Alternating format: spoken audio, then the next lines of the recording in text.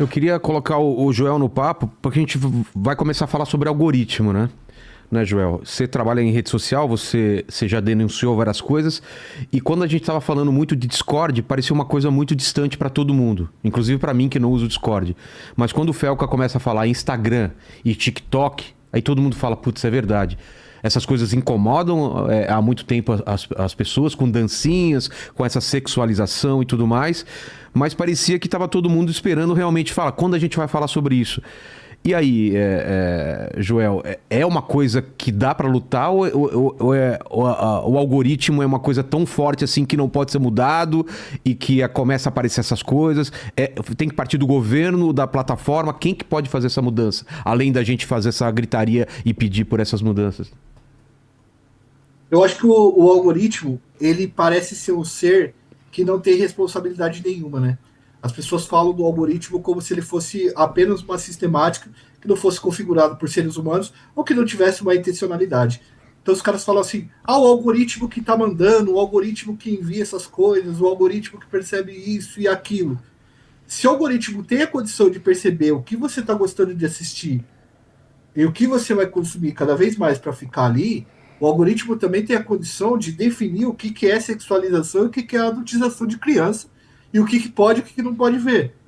Então eu acho que essa bomba que o Felca jogou, que inclusive eu até vou deixar bem claro que quando a gente estava antes, eu já procurava bastante desse tema e queria agradecer a Shelly, a Luana, a Carla Albuquerque, a Carol de Felipe, porque é uma mulherada mesmo que vai atrás disso. Tá? O grosso de quem produz conteúdo para ir atrás dessas pessoas que usam as crianças e os filhos para monetizar a vida deles e, de certa forma, monetizar em cima dessa questão da fantasia, quem vai para cima deles é essa mulherada aí, que tá batendo forte. Então, agora o Felca jogou a bomba e cabe às pessoas que estão aqui ouvindo e ele conferir o trabalho que a Shirley faz, que a Luana faz, que essas pessoas fazem, porque não é fácil enfrentar esse tipo de gente. E não é fácil também enfrentar o algoritmo. Todas as vezes que a Shirley está falando de alguma coisa sobre abuso ou sexualização, o algoritmo também está mandando para o inimigo dela isso daí. O algoritmo vai mandar para a pessoa que a Shirley está falando sobre ela. E essa pessoa vai ver que a Shirley está combatendo ela e está tirando, de certa forma, né, o que ela gosta de assistir, ou o que ela está fazendo com o próprio filho, ou o que ela está produzindo ali para ganhar esse ponto. Eu acho que a gente vai ter uma chance nesse momento de debater as regras que também gerem o algoritmo, que são, por demais, secretas, escondidas, dissimuladas. Porque, veja, a adultização e a erotização de crianças, elas mantêm muita gente captada atenção na internet. Muito.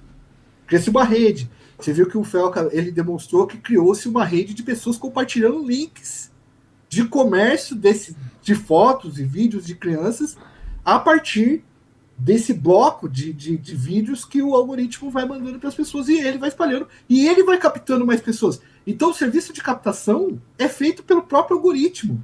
E isso é uma coisa que tem que ser debatido e muito, e eu acho que esse é o momento da gente conseguir debater isso daí. Eu perguntar pro Senzi também, essa questão que no final do vídeo, o Felca até fala que era uma coisa mais pessoal dele, né? Que ele tá movendo processo contra... Aqui tá 233 pessoas, eu acho. Por que aconteceu isso? Você pode explicar um pouco pra gente, João? É importante, Vilela, você ter tocado nessa questão, né? Essa questão, ela é o seguinte: o Felca, quando ele estava preparando esse vídeo, né, fazendo os estudos, né, e eu sou testemunha disso, porque eu estava lá, né, ele seguiu diversos perfis para fazer esse monitoramento, né. São perfis abertos, perfis públicos, inclusive alguns lá no Twitter, de perfil, o nome era Na Clara, né, chegou a postar no Twitter a seguinte questão, né? Porque o Felca segue uma menor de idade e curte vários conteúdos de menor que se sexualizam, né? Isso, né, sabe? A gente Isso sabe, antes dele lançar o vídeo, só para deixar claro, antes né? de ele lançar o vídeo. Tá. Isso uns 8 meses, 10 meses mais ou menos, tá? Tá. Essa Ana Clara, esse perfil, pega essa foto ali de Do que ele print. seguia, né? Esse perfil eu não vou me lembrar o nome agora, porque ele seguiu vários, né? Uns 2, 3, enfim. Mas ela pega essa foto, posta por que o Felca segue uma menor de idade, curte vários conteúdos de menor que se sexualizam, tá? Sendo que não é verdade que ele curtia, ele seguia, tá?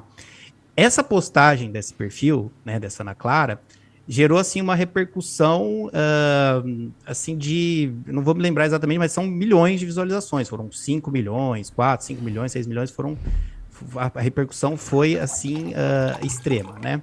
E além dessa postagem, esse perfil, ele começou a engajar, né, nos comentários, aqueles comentários estavam começando a dar a entender que o Felco, então, seria pedófilo, então ela ficava, para você ver, né, então ela ficava engajando nesse tipo de comentário. Isso foi, assim, um completo absurdo que aconteceu, né?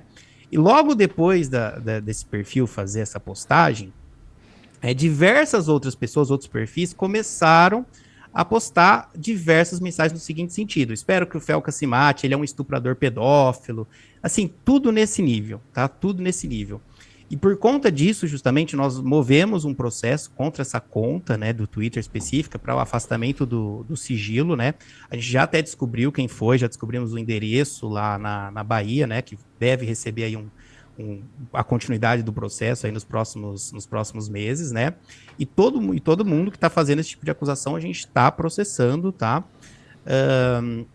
A gente entende, lógico, né, fazer que eu vejo o Twitter, eu vejo algumas críticas, né, que o Felca está sofrendo ali, então algumas pessoas acabam, mas ele está processando uma menor de idade, né, na Clara, que fez um questionamento. Então eu estou vindo justamente, também aproveitando esse momento para explicar, ele não está processando qualquer pessoa, ele está processando uma pessoa que inventou uma mentira, que ele curtia conteúdos de menor de idade, que é mentira, e nos comentários ela engajava nessas questões, falando que ele seria um pedófilo ou algo nesse sentido. A gente entende que o Felca é pessoa pública, eu, né, advogo para influenciadores, então eu sei que existe uma jurisprudência no tribunal que pessoa pública está aberta a críticas, né, está aberta ao escrutínio público, né? Só que isso já passa de todo o limite, né? Não são críticas, são acusações, são mentirosas, são calúnias, né? São difamações, enfim. Inclusive, Vilela, eu faço até um parênteses aqui, né? Eu tenho notado, né? Como eu já advogo há um tempo na internet, ali no Twitter, as pessoas ultimamente têm acusado os outros, né? De pedofilia o tempo todo. Tá todo mundo sendo acusado ali, qualquer coisa. Ah, pedófilo, não sei o que. Eu mesmo sou vítima disso. Eu tenho uns 5, 6 clientes que processam por conta disso. Então tem um monte de gente que faz campanha de difamação justamente chamando as pessoas de pedófilo, né? O tempo todo. E eu quero aproveitar esse espaço justamente para fazer um repúdio a isso, porque isso banaliza o termo, né? Banaliza o termo pedofilia, né? E banalizando o termo pedofilia, essas pessoas estão justamente ajudando os pedófilos, né? A gente tem que lembrar que a pedofilia é uma questão, é uma coisa muito séria, né? Essas pessoas que estão falando isso, elas não têm noção, né? Eu advoguei no caso do Discord, né? Em outro caso do Kidflix, que era um streaming de pedofilia, né, que a gente conseguiu derrubar, conseguimos identificar as pessoas. Então, assim, eu tenho total noção, né, porque eu trabalho diretamente com as vítimas, né, então eu tenho total noção de como as vítimas ficam. Então, quando você usa isso para chamar alguém, para xingar, difamar, enfim, eu acho isso algo, assim, muito sério. A gente tem que aproveitar esse espaço para também falar sobre isso, né, para as pessoas não banalizarem o termo. Então ele está processando por conta disso, né? 233 pessoas, né, que se engajaram numa campanha de difamação, dizendo que ele estupra crianças, até eu agora estou sendo envolvido também, estou colocando meu nome no meio. Então, assim, esse é o motivo do processo. É importante a gente esclarecer que não tem nada de anormal em a gente buscar o direito que é dele. Luana, e essa politização que aconteceu após o vídeo dele, porque eu não esperava isso, não. Eu esperava que todo mundo ia engajar no sentido de resolver isso de uma maneira... Ah, eu esperava. Você esperava mesmo? Eu esperava por causa dos novos rumos que a nossa sociedade toma. Eu até senti um pouco de alívio quando eu vi 2 deputados federais, né? Eu acho que eu posso citar aqui, que foi o Nicolas e a Érica, os 2 aplaudindo ali. Eu falei, poxa, finalmente, né? Nós temos os 2 extremos se unindo para falar de alguma coisa. Mas é óbvio que o discurso ele ia gerar alguma competição de lado, porque assim, querendo ou não, o assunto quando ele ganha espaço na opinião pública, ele também vira palanque político, a gente precisa falar isso, a gente sabe que políticos vão usar do tema como palanque, assim como usaram da Maria da Penha e vem usando há anos como palanque político. Então assim, só que, pessoal, a gente precisa realmente levantar uma bandeira política num assunto de proteção de criança. Será que a denúncia da Damares lá na época do Pará, né? Do pessoal lá, eu esqueci até o local. Ilha do Marajó. Da Ilha do Marajó. Não era tão importante quanto? Sim, eu falei super bem, eu falei que era necessário. E esse assunto não é importante? Será que é importante quem fala e não sobre o que se fala? É isso que a gente tem que se perguntar. Vamos supor, se o Felca fosse uma pessoa de esquerda, eu não sei a posição política do Felca. Se ele fosse uma pessoa de extrema esquerda, o que ele fala não tem importância por causa da posição política dele. Se ele fosse uma pessoa de extrema direita, não teria importância.